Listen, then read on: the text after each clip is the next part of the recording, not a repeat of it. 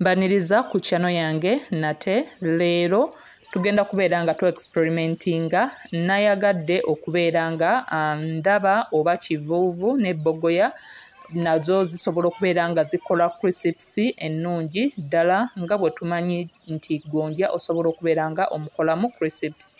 So nasobodde okubeera nga nfuna kivuuvu awo bw'otyo nga bw'olaba nenfuna gonja nenfuna ne bogoya nga ayengedde but then mulimu n'oli atayengedde bulungi netandika okubeera nga mususumbula. Eno recipe yabadde requested by one of my subscriber yambuuza ku video yange gye nakola eya gonja awo bw'otyo nga bw'olaba ng'ayagala kumanya nti oba crisps ezo osobola okuba ng'ozikola mu bogoya mu kivuuvu oba zikolebwa mu gonja yekka. So neŋŋamba kaŋŋende maaso nange mbeere nga I find out ndaba oba nga ddala osobola okubeera nga ozikolamu.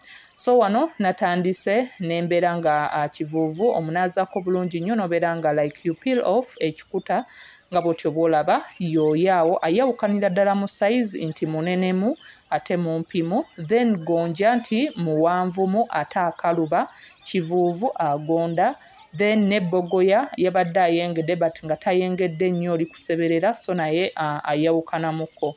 Nga bw'otyo bw'olaba natandise okubeera nga nslicinga kivuuvu ono naye yabadde agonda nnyo. So slices osobola okulaba nti nno zonna ziringa nga ezikutukakutuka kuno kungulu oba omukwata ku kikuta nga akyaliko like gundi yayo eyo ekikuta kye olaba nga akaluba naye ate wamuggyako ekikuta aba agonda bw'otyo nga bw'olaba. So nasobodde okubeera nga nslicingako ko butono ne museparatinga ne muteeka ebbali, then neŋŋenda maaso nembeera nga nslicinga ne gonja. Ye gonja abeera nga akaluba era oba osobola okubeera nga omuslicinga bulungi nga bw'otyo bw'olaba. I think kivuuvu naye woba ofunye omutootomu asobola okubeera nga avaamu slices ennungi newankubadde empoma eyinza okubeera nga eyawukana nga wenja okubeera nga mbalaga maaso batya we byawukanira.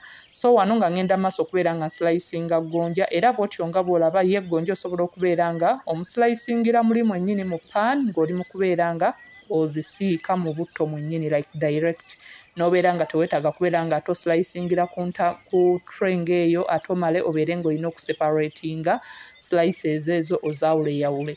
So wano oluvannyuma butto yabadde amaze okubeera ng'akyamuka era oluvannyuma mbeera nga ntandika okuteekamu kivuuvu ono slices gwe natandise naye okubeera nga nsiika.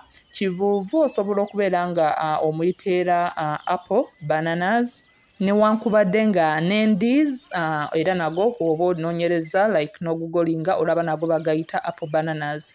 But yatutandika wano okubeera nga tusiika slices zino tugenda kubeera nga kati otandika okuba ng'ozitabulamu obeere ng'ozikyusa. Nakoze slices butono just kubeera nga ngezesa kubeera nga manya oba ddala zisobola okubeera nga zivaamu slices ennungi ddala.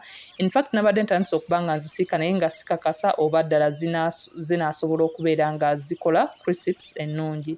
So wano osobola okulaba nga tizibrowninze bulungi nnyo, wano kiba kitegeeza ziggyemu ozidrainingo ne kitchen towel okubeera ng'oggyamu ene excess oil ozireke zibeere nga zikuulinga nga bw'otyo bw'olaba, then oluvannyuma tugenda kubeera nga tugenda maaso era tubeere nga tusiika gonja. Wano nataddemu slices oluvannyuma lw'okubeera nga nazo namaze okubeera nga nziseparatinga bulungi nnyo, then obeera nga nazo zisiika bwe zina browninga as well tugenda kubeera nga nazo tuziggyamu tubeere nga tuzidraininga on a kitchen towel. Already nakolako video yo nga mba nnyonnyola awo bw'otyo nga bw'olaba osobola okubeera ng'oginoonya ku channel yange n'obeera ng'ogyekkaanya bulungi eya gonja. Era gonja osobola okubeera nga yo muslicingira bw'otyo mu oil nga wali we nabagambye nti ye like kikuyamba kino okubeera nga oyanguya ate nti slices zigwamu ne zibeera nga tezeekutte, so kino kyanguyiza ddala omulimu naddala nga olina slicer ennungi nnyo nga bw'otyo bw'olaba. Kusaba obeere ng'onyambako channel yange okuba nga ekula yeeyaawo Ugandan Kitchen. nkusaba obeere nga osubscribinga wonyigakaawo kiba kitegeeza omaze okusubscribinga ddamu onyigeko ojje wano wansi obeere nga onyiga ku all otaninge all notifications awo kitegeeza ojja kubeera nga obeera notified buli wemba nga nina video empya yonna gye uploadinze ku YouTube channel yange. Kusaba buli wobeera nga olabye video obeera nga olikinga, you put a thumbs up, ekyo kinyamba okubeera nga YouTube aiteekayo video zange all there ne zibeera nga zirabwa abantu ne babeera nga bawatchinga basubscribinga balikinga basharinga bakomentinga. So nkusaba obeere nga onyambako okubanga channel yange ekula. So wano tugenda maaso okubeera nga tusiika bwotyo nga bwolaba, then bwolaba nga zimaze okubeera nga zitandise okuba nga zibrowninga, immediately beera nga odraininga ozijjemu obeere nga oziteeka on a kitchen towel okubeera nga ojjamu ene excess oil. Kino kikuyamba okubeera nti tezitaninga black because otuuka okuzijjamu nga zikyalimu omuliro. So buli wozijjamu nga zakabrowninga kikuyamba okubeera nga ofuna slices oba crisps zo nga tezitaninze black nga tezitaninze nnyo golden. So wano nagenze maaso okubeera nga nslicinga bogoya, osobola okulaba nti nabwo bu slices buli so delicate, oslicinga mpola mpola because oyinza okakkana bwonna bwonna bukumenyeseeko, era neŋŋenda maaso nembeera nga nabwo nabusiise nga bwe nakoze slices endala, era wano nga ndimu okubeera nga mbudraininga mbeere nga mbuteeka on a kitchen towel. Then wano nga slices zaffe zonna ziri ready. Plantain oba gonja yoyaawo nga bwotyo bwomulaba bwo buli so crispy. Then ono ye kivuuvu oba apple bananas, ono slices ze nene namu ko ate ziri somehow a bit rough oba ozitunuulidde oba ozikutteko. Then wano ye bogoya oba Cavendish bananas, buno nabwo bwawukana. Cavendish bananas oba bogoya awooma okusinga ku kivuuvu ne gonja awooma okusinga ku kivuuvu.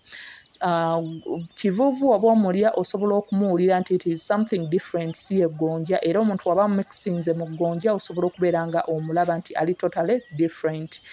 Ali different mu ngeri, mu ndabika, ali different mu mpooma na buli kimu. So zoyinza okubeera nga omuntu okozesa ziyinza kubeera bogoya na gonja.